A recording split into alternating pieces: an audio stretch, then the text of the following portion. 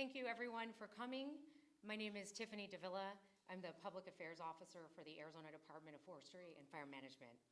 We appreciate you coming today. We know it's taking time away from you and your families.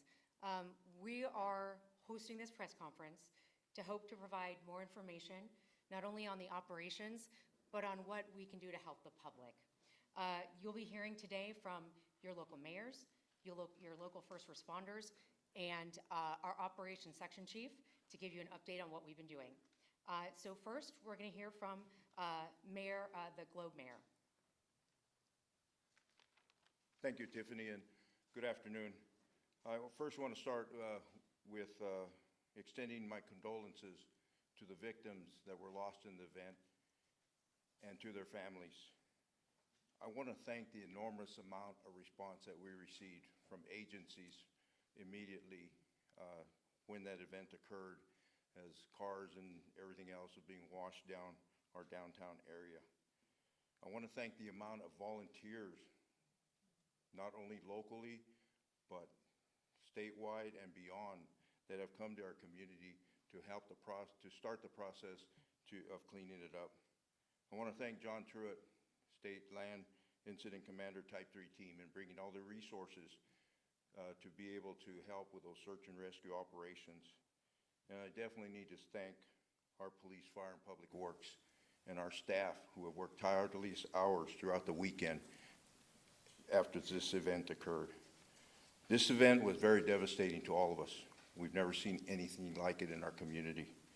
We feel the pain of our business people that have lost so much, their livelihood, their investments into their buildings that we have seen here, and it hurts us all.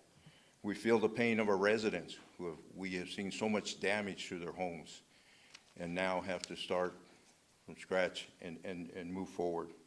But I assure you that this council, our administration, this city is with you, and we will work tirelessly to make sure that we expedite those funds, either state or federally, that we need to receive in order to recover and move forward. We had, again, you know, we filed a state of emergency immediately the next day. Town of Miami did also, and then the county did one. Immediately, Governor Hobbs signed it and gave authorization to release funding. We have received support from all our legislators in the state and federally, and they are also pushing to get that funding to our people. That's what we need. We need it now. We have started the process by cleanup. The next is assessment, and then we need to get the money to start and recover and open our city, our community back up. Thank you.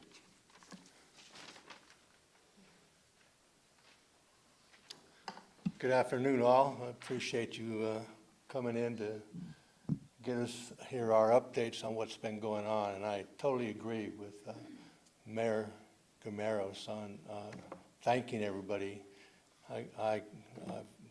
My background really is engineering, industrial engineering and construction, and I've seen all kinds of events similar to this across the nation and around the world. I've never seen this kind of cooperation and interaction. Coming from Miami and to Globe, and Globe to Miami, and everything in between for the county, it's just been really good to see that many people, all of our staff, a lot of our public helpers just coming in and working with us. It's amazing. I didn't see that in Katrina, for instance, down in Louisiana. We rebuilt a home, or a community there, I should say, after Katrina hit, right on our job site, or right down from our job site. We never saw that kind of action.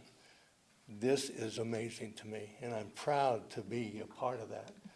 If we have to have a disaster, this is the way to get it turned around and get everything back to normal, and do what we can to save our businesses, help our public and their homes, whatever destruction was there. We're here to do that, and we're ready to do it. We've gotten cooperation from all of the mines in the copper corridor here. They're amazing. They're happy to jump in and help us. We had their equipment. We had contractors that are working for us. I mean, they just jump in there and all the work that we're getting done is, it's just, I mean, I love it. I love seeing the human part of the equation coming together like we're doing. So I'm ready to answer any questions that you might have. Thank you, sir. County Supervisor? Yeah, Tim Humphrey, Gila County Supervisor, District 2. My heart goes out to the families, the business owners, and the people that have had this happen to them. They say sometimes good things come from change. It's hard to see that from here, but it's a great community. You know, I mean, it's nice that the mayor of Globe, the mayor of Miami, Gila County, the mines, everybody works together here. And we've shown that as the flood started on Thursday. We all communicated on going forward, and we're still working together on putting together funding programs, not only from the state and federal, but Carl Milford may go into it a little more. We're working on a donation to bring in donations to our area, but not just kind of willy-nilly. We're trying to get it passed through Salvation Army so that it's a solid place to where people can donate. Salvation Army will take in what the community needs. There's a lot of people that want to give cash. They want to give money to help because that's the only way they can help. And through an organization like that, then they can be a pass-through to help the people that need, because we know that people need money now, not 6 months from now when the assessments are done. Although the congressman's helping us get those assessments done to go forward, the governor's helping us to get all of the red tape passed through as fast as it can. But we're working on getting that that arm set up so that we can take donations to help the business people, to help the families who need to start restructuring now. And so thank you all very much for your patience. I believe most everybody knows how to get a hold of me if I can help or you have questions. Our landfill was closed for 1 day because it flooded as well. We got it back in shape. We're working with DJs and working with the mayor of Globe and Miami so that they come to our landfill and all the flood debris and damage goes in one place, so we're not interfering with our commercial people that haul garbage for a living.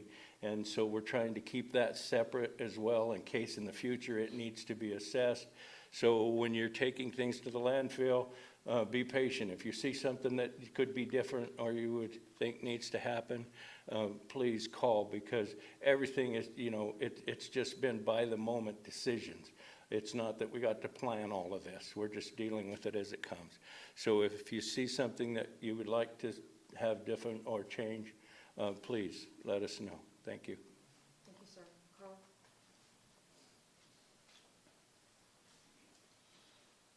Hello, my name is Carl Melford, Gila County Emergency Manager. So I manage the Gila County Emergency Operations Center. We've got a large group of resources in together, and what we're trying to do is kind of track all of these costs, put out damage assessments, gather data that can help our communities seek reimbursement for the loss that has occurred financially, and then also to bring in whatever resources that our municipalities or our county need to get the job done. We brought quite a bit of those resources in already, and we've got those resources ongoing, and we're working actively to fill any resource requests from any of the folks that have boots on the ground. We're working on bringing in more of the agencies that can help, the nonprofits that can help the individuals, not only with donations management and things of that nature, but as well as a disaster assistance center. So for the locals here that were around for the Telegraph fire, they may be familiar with the concept, but I'll explain a little further. That disaster assistance center will be a one-stop shop for all of those nonprofit organizations that help people out with financial or logistical needs. working on getting that together at the fairgrounds.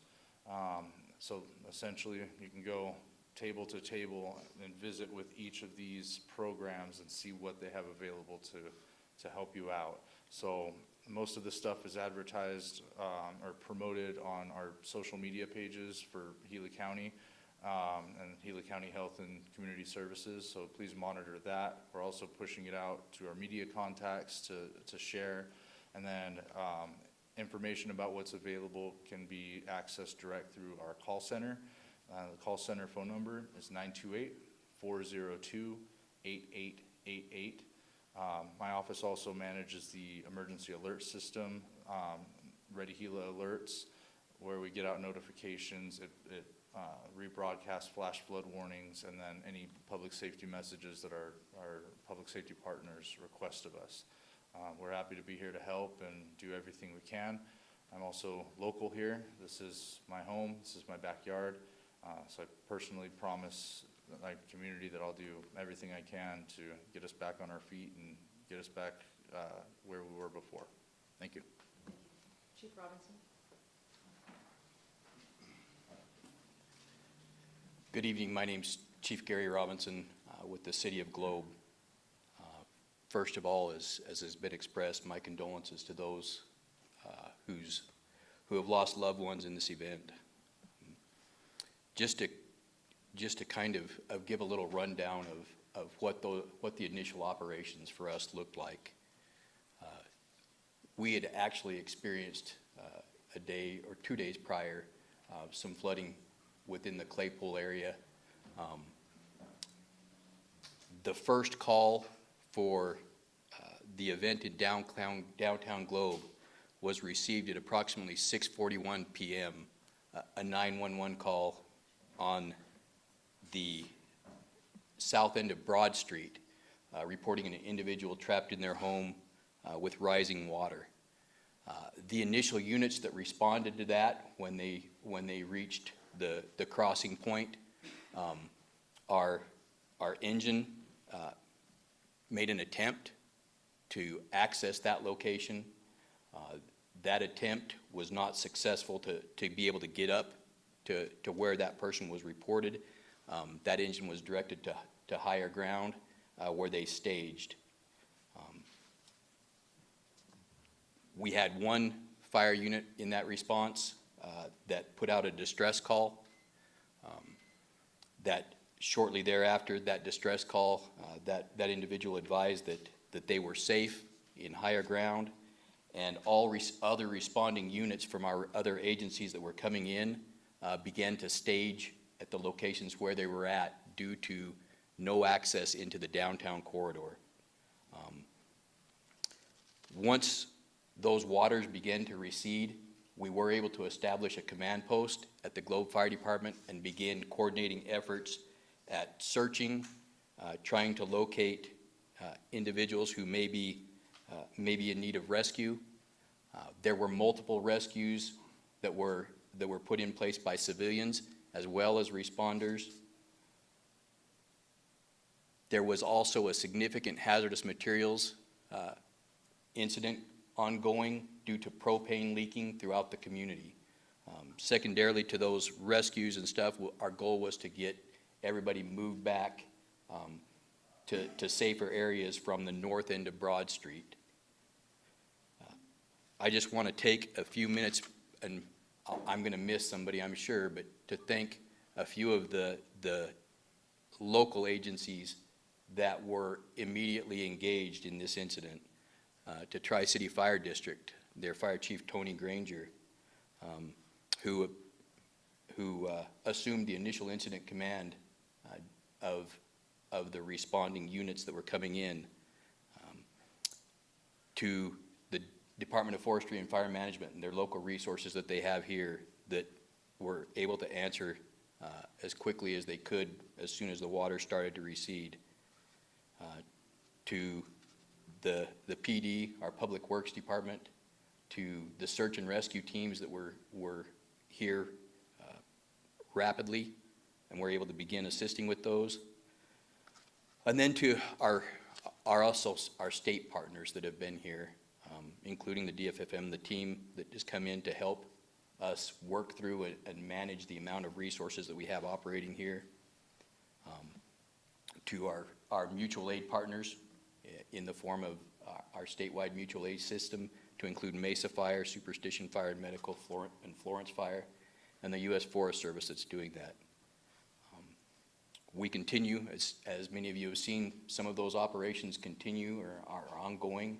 We have personnel actively engaged in that, as well as trying to cover any local incidents that occur due to the normal volume of traffic that we have here.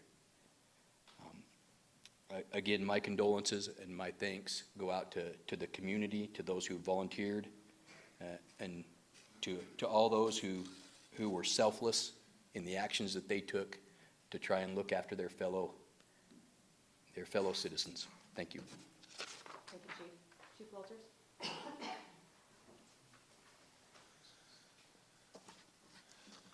Good evening. My name is Dale Walters, and I'm the Chief of Police for the City of Globe. I want to first send my condolences to the families and the flood victims, and the many Globe and Gila County community residents that lost their homes and their businesses. I drove through again today, and the devastation just continues to grow. This was a horrible disaster that will take time to heal and rebuild. It has been my experience over the last 7 years of this community has addressed great pain and loss with strength and resiliency, and as we have all witnessed since Friday, it has been on display. I want to say thank you to the many volunteers for their efforts and the commitment to our community and the love and support you have shown in the face of this devastation. As of today, there are 2 deaths have been confirmed within the city limits of Globe. Heather Johnson of Globe and David Acevedo of Claypole were both victims of the flash flood and were recovered from the wash within the city limits of Globe on 9/27/25. Both deceased were transported to the Pinal County Medical Examiner's Office in Florence and underwent examinations to determine the cause of manner of death. The immediate cause of death was determined to be drowning, and the manner of death is determined to be accidental for both. As of this writing, we have received we have recovered 58 vehicles unrelated to the vehicles that were taken from the Courtesy Ford dealership. 40 of these registered owners have been contacted and found safe, and we are working to contact the remainder of those 58. There are still a number of vehicles, I don't have a number for you, that have not been recovered. Efforts to recover these vehicles are ongoing. We have one known missing person. We've put out on Facebook and in the public and listed them as missing. A local resident named Pete Green. I'll provide the media with the flyer that we've put out on our Facebook. Pete was known to be transient and believed to be in the creek area at the time of the flood arriving. So we don't have any further on that. We'll be asking for any input from the community. If you know where Pete's at, if you've seen Pete since Friday night, please reach out to the Globe Police Department. In addition, there is a third victim that was recovered in wheat fields. This was a county case, and I would refer the media and any questions pertaining to that to the Gila County Sheriff's Office. And the last thing I want to say before I step away is we have received information through social media and seen different videos and photographs from people that were at the event on Friday. We've asked through our social media on Facebook, it should be on the local social media for Globe Miami, to please download our Tip 411 app and upload any videos and photos that you may have or additional information that you may have. We are trying to put it together to ensure that the people that have been seen floating down the creek have been recovered. So far, every vehicle that we've seen occupied that was floating, we've been able to confirm that everybody is safe, but we don't want to miss anything. Our number one concern right now that we're looking at is the people from outside the community, because we're not getting any further details of missing people locally. But as you well know, our restaurants are very popular from Valley residents, and there's been a number of vehicles that were outside the community that we've identified, and we were using personnel and law enforcement throughout the state to try to make contact with registered owners. And the last thing I want to do is say thank you to all my law enforcement brothers and sisters throughout the state.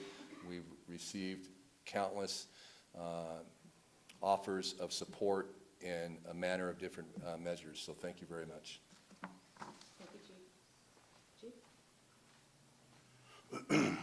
Good afternoon. My name's Bob Arthur. I'm the Operations Section Chief for the State of Arizona's Type 3 Incident Management Team that's currently here in Globe. First of all, my condolences to the families and victims that have suffered through the flood. I will start with the update where Chief Robinson left off Friday night. So Saturday morning, as the team arrived, we had DPS helicopter with an infrared vision capable that flew the waterways starting in the headwaters of Six-Shooter Ice House and Kellner Canyons, flew after those three drainages formed Pinal Creek, flew the Pinal Creek drainage through Globe, past the sewer treatment plant, Russell Gulch, and then where they meet on Highway 188, and then farther north into Wheatfields. We flew all those with the helicopter and did not pick up any victims. We had 6 search and rescue dog teams from different counties within the state of Arizona associated with the county sheriff's offices, or sheriffs. They all came to assist.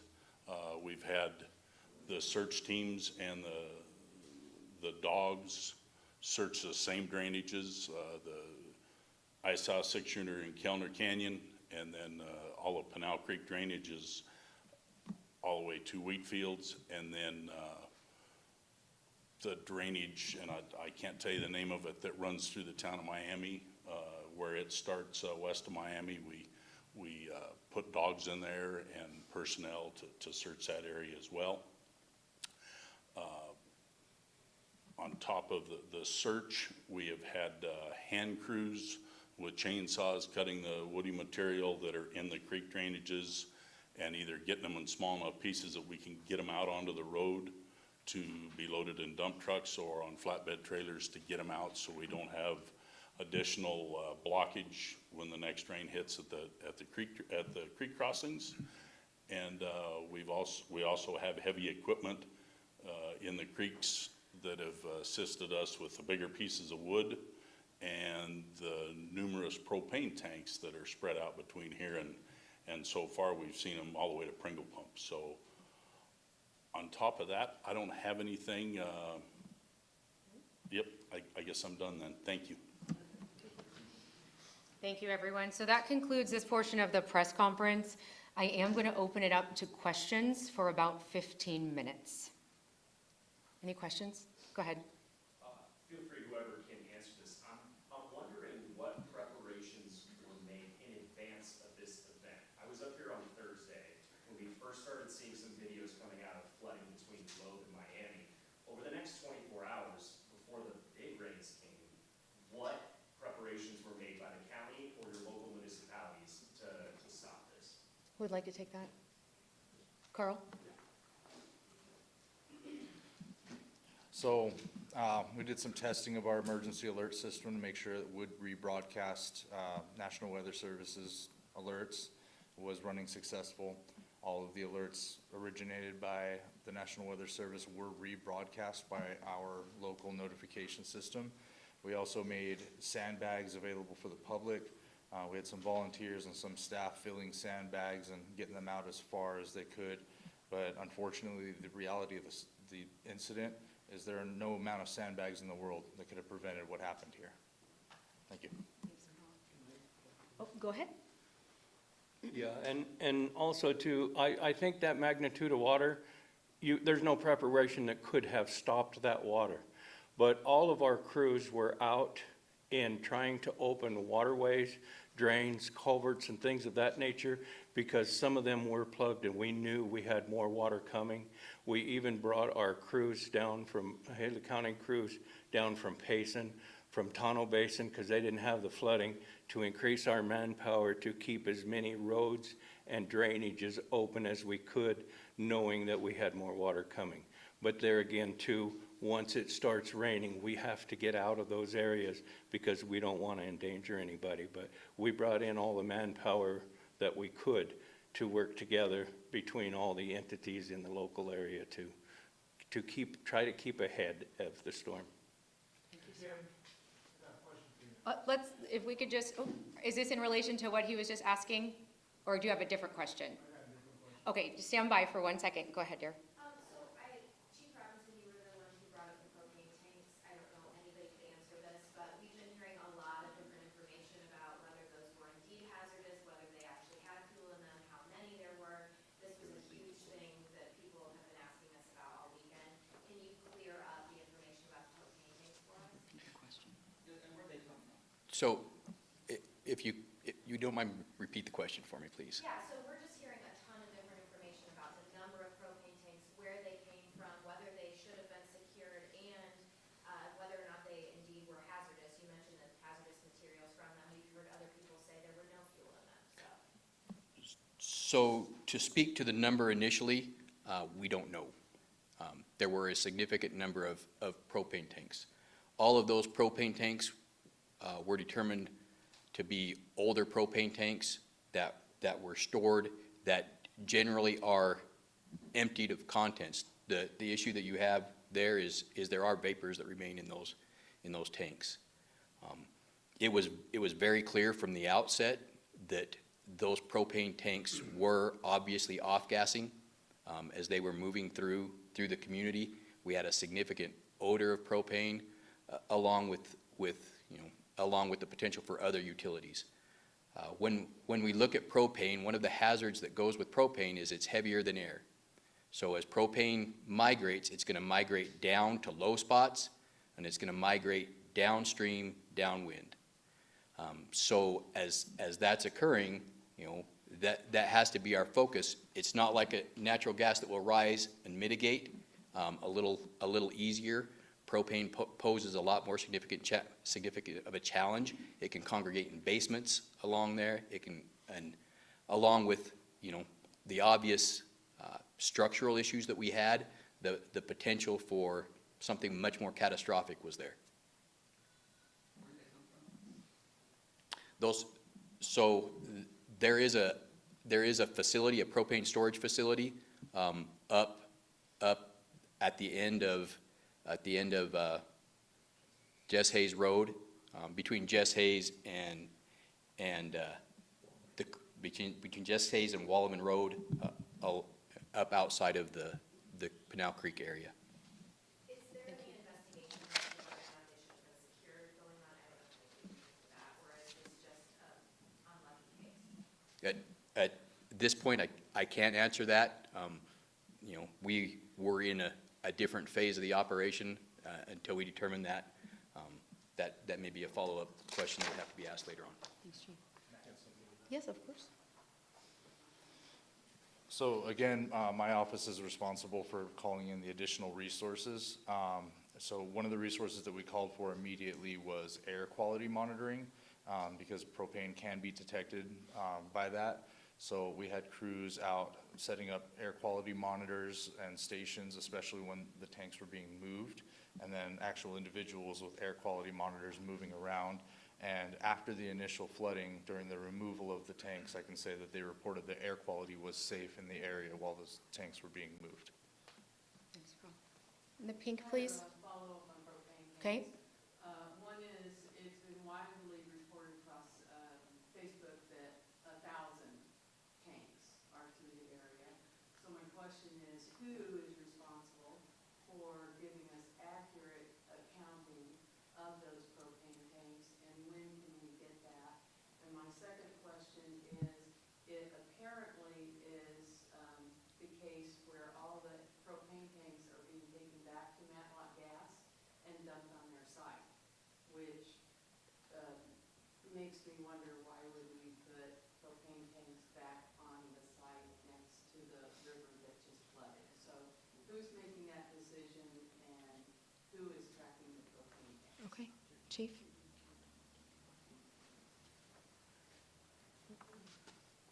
So to the reports on numbers, again, we know there were a significant volume of that. Exact count, we don't have as of yet. I don't have a range.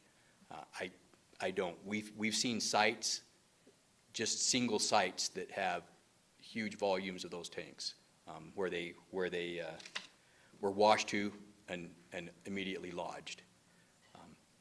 As to the movement and storage of those current tanks, that is a question that will have to be answered. What has to occur now is we have to get them out of the waterways.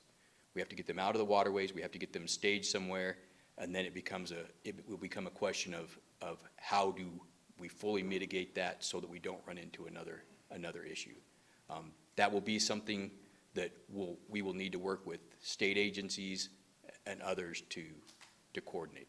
There is current work going on in terms of picking up propane tanks. Correct. I've seen by Matlock and maybe others. And so the current process right now is picking up propane tanks and taking it to Matlock To a staging area, yes, on Matlock property. correct. Sir in the back had the question. I didn't want to overlook you earlier. This is from the Supervisor Humphrey. Why hasn't the Army Corps of Engineers been at any meetings or anything to do with the creeks? Why aren't we banking these creeks up anymore? Like the old days, county would do it every 6 months, clean the creeks all the way up from the other side of the globe all the way to Wheatfield.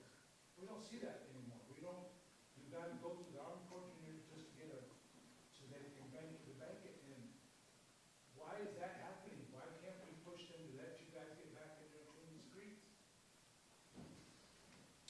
A lot of that, we did get funding and we did get permission to clean the creeks after the fires because they knew that there was going to be flooding, and we did. We hired subcontractors, most of them local, to clean out the creeks. But as far as why can't we do it often, and that's up at a higher elevation than the county supervisor. That's more state and federal that are keeping us out of the waterways. And so we do what we can, but even if we go in to do some little bit of work, we have to get with Army Corps engineers to be sure of that we're not doing anything we're not supposed to, because then we can be fined. And so it's higher up than county. That's why I asked about the why hasn't the Army Corps of Engineers come Yeah. to our meeting. And I ran through this 4 years ago. There hasn't been, I mean, they clean the creek up, but there's no banking. right. No banking. I mean, they're taking off fences, people's land, they're running by land. They got 2 acres, they'll eat 1.5. I mean, the creek goes in and then you use it. They like to let the creeks go where they want to go.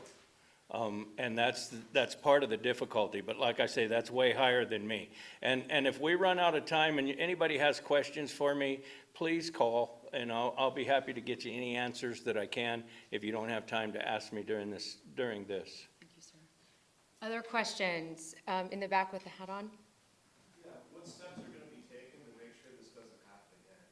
Because if we're gonna rebuild and the same incident's gonna happen, I mean, what steps on the state, federal level, and local level are gonna be taken to make sure this doesn't happen again? It's an open question to anybody. Okay.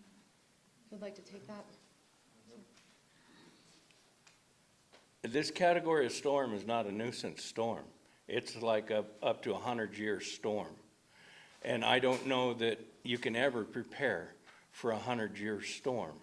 And as far as, codes and things of that nature, we don't let people build in dangerous areas. And if they do build like in close to a waterway, then they have to go through certain specs in order to be able to do that. So we have codes in place. But if we did 100-year codes, everybody would have to live in stone castles to prevent a 100-year flood. It's just something that you can't prevent. And you can see flooding all over the country in other states as well, and you just can't prepare for 5, 6 foot of water coming that wide, that fast. Thank you. Oh, 1 second. On that same, go ahead. Yeah, just to follow up on that, I know that, and I can assure you that within the city, our Public Works Department has cleared our waterways through the city areas. They have, since the telegraph fire, that is a priority that we have done. But I think what Mr. Humphrey said is, even doing that, there is no way that with this amount of unexpected rain, that anything would have held that. I mean, when you're running outside of Miami or Globe under the railroad tracks, that turn is 20 feet deep. That water went above the waterway to get into North Broad on the highway. So there was nothing, we always prepare for things, and even more so since the telegraph fire, because we know the burn scar. But there's nothing that I believe that anything could have been done that would have stopped this devastating flood. It's historic. And we don't know if it's at 100, is it 500? We don't know, but we will get that information to understand the amount of water that we did receive. Thank you, sir. Ray, did you have a follow-up? Well, I was just wondering, was this the most rain that Globe has received in 50 years or more? So that the rain was the only reason for this, or was there possibly another reason that caused the flood? Besides just the amount of rain. So that's difficult to say because reports from the National Weather Service come from their rain gauges. And there's not a lot of rain gauges in the area. So that data may accurately reflect the position of the actual rain gauge, but to get an accurate reading of how much rain was in such an isolated area is very difficult to get. I've been in this role for 10 years. I've never seen that significant and concentrated of a rain event in such a small area. And of course, that central point of that small area was one that was not monitored by a rain gauge. So again, this was a natural disaster. We do everything that we can to help prepare the community, but similar to that of an earthquake, you cannot stop an earthquake. We can only do what we can to prepare. Thank you, Carl. In the back, in the blue? You? Yes, do you know, did you get adequate weather warnings before the flood from the Weather Service or media or whatever sources you use for forecasts? Carl? There were several flash flood warnings. Our system rebroadcasted them. I don't know that, again, this is a disaster. Flash flood warnings went to the most severe level that they could, but I can't say that I expected more because these notifications were what we get. They did give us a heads up. I wish there was something better in place. I wish there was a more advanced warning, but in reality, the storm formed very quickly and the notification came out as quickly as it could push it. Thank you, Carl. Ladies in the back in the black? I heard that FEMA was, FEMA was here locally, and I mean, this is just hearing from somebody, I'm not sure, but my question is when the funds do become available, is it really first come, first served basis, or are funds gonna be distributed to all the business owners that were affected by this flood? So FEMA had some individuals out here to kind of get a general idea of what's going on. There are damage assessments ongoing that they need to review in order to see if this reaches that level of federal disaster declaration. It's kind of too soon to determine at this point if that is going to be an eligible expense because those damage assessments take a while. So the way that FEMA assistance works when we do get a federal declaration, I can honestly say we've never had a federal declaration in my time here, but I don't know that there's a first come, first served basis. I do know that for the businesses, I have already started the process of with SBA, which is the Small Business Association. My hope, I know the parameters for that were having 5 or more businesses affected in 12 or more homes. We met that easily. So we'll be pushing forward on getting that SBA program rolling, which will allow for funding for businesses, small businesses, to get back on their feet. As far as the individual assistance from FEMA, that's something that, once we qualify for, I will personally guarantee I will bring them out here to explain it to our community. Thank you, Carl. Just a few more questions. SBA is loan basis, right, though, not just funding that's handed out? Correct, SBA is loan basis for businesses. Just a few more questions. Anyone over here? Go ahead. Just to follow up on behalf of the business owners, there's a survey that they're supposed to be filling out. I've heard from some people, it almost feels like a slap in the face to have to prove that they need funding. What is the most direct way that they can get help as soon as possible? Is there like a list? It sounds like FEMA's gonna take some time, so what is like the most likely to happen the quickest for them? And can you speak to the necessity of maybe needing to fill out a survey to help them? So the survey was by no means a slap in the face. We have damage assessment crews going out there and going to every single one of these homes. But you have to go out there and see how far and wide this damage is.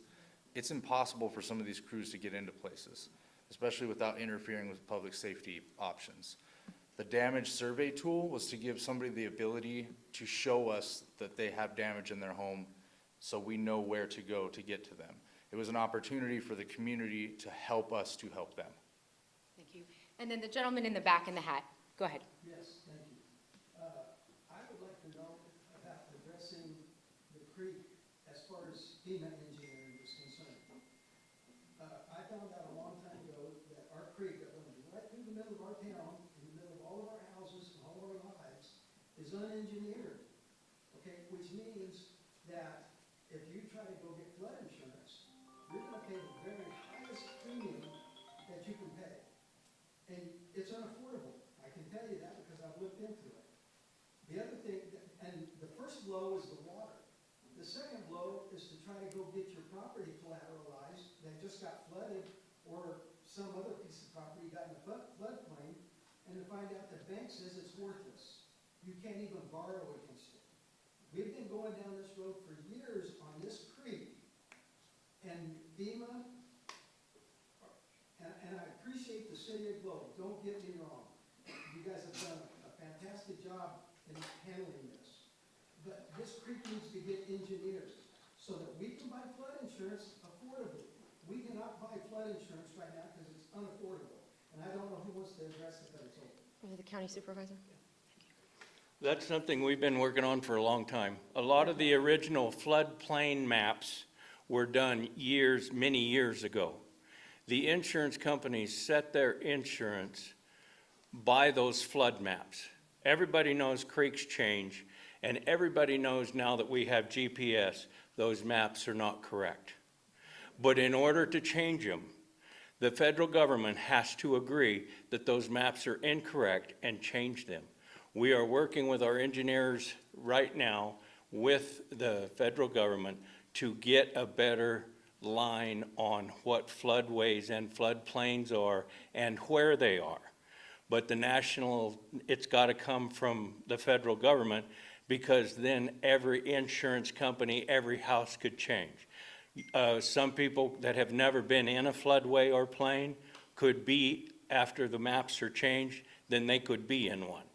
And it could work completely the opposite for others. And you can imagine the can of worms that would be open, but we're trying to open that, and they are working towards it, but there you have to reach out higher than your county government in order to try to help us make those changes that need to happen. When the flood comes and their house gets washed away, by not knowing they're not in a floodplain or not, they still don't have insurance, and they still don't get anything that's recoverable for them as far as rebuilding. It's gotta be engineered. I understand everybody's frustration. We're city and county government. We do what the state and federal government tells us to do. I've been bringing this up for 15 years. I know. Most of you folks know it. I know that, but other people need to know. And I talk to our state and our federal representatives all the time. But they're elected officials. You need to get enough people to support you to go higher, to get a better response. Because the definition of insanity is do the same thing and expect a different result. That we know that we can go through, and it hasn't been done for years. Your other representatives are people that you can contact, and so are their entities. I can get you Eli Crane's phone number, I can get you Walt Blackman's phone number, I can get your representatives' phone numbers that will help change this. People can't afford flood insurance, they just got hit by a wall of water, now they go to the bank to try to borrow to rebuild their businesses, the bank says your business is worth nothing. I realize that. I own a property in downtown Globe. It's not insured. Believe me, I know that. And some in the county that aren't insured. I know. And now the insurance company tells you that your insurance is going up because we're in a fire way because they burned 600,000 acres of our district. It's got to go higher, and it's got to come from a lot of people if we're going to change it. Thank you, everyone. We appreciate you coming out to today's press conference.